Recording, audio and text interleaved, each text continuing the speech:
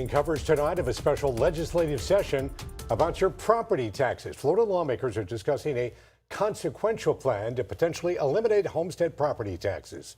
Governor Ron DeSantis unveiled that proposal in Tampa last week. 10 Tampa Bay News reporter Andy Payton is in Tallahassee tonight with those discussions.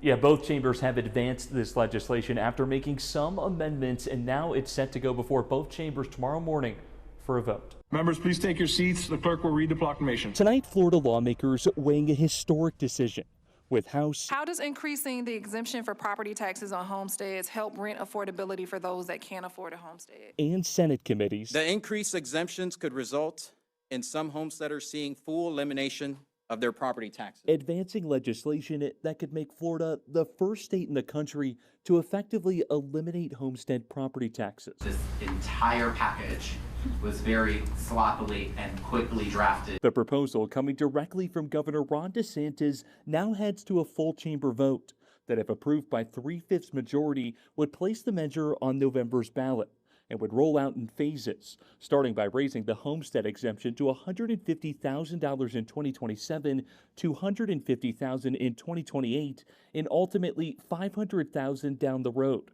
which would eliminate property taxes for 76% of Floridians.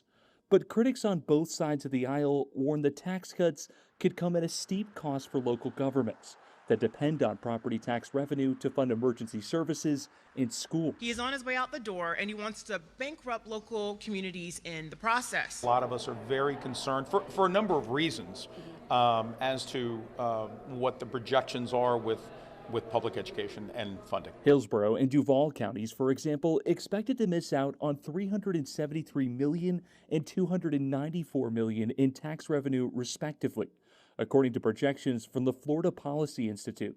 Tampa Mayor Jane Castor. To lose it would be devastating, and it's just going to be made up someplace else because people aren't going to stop needing police and fire.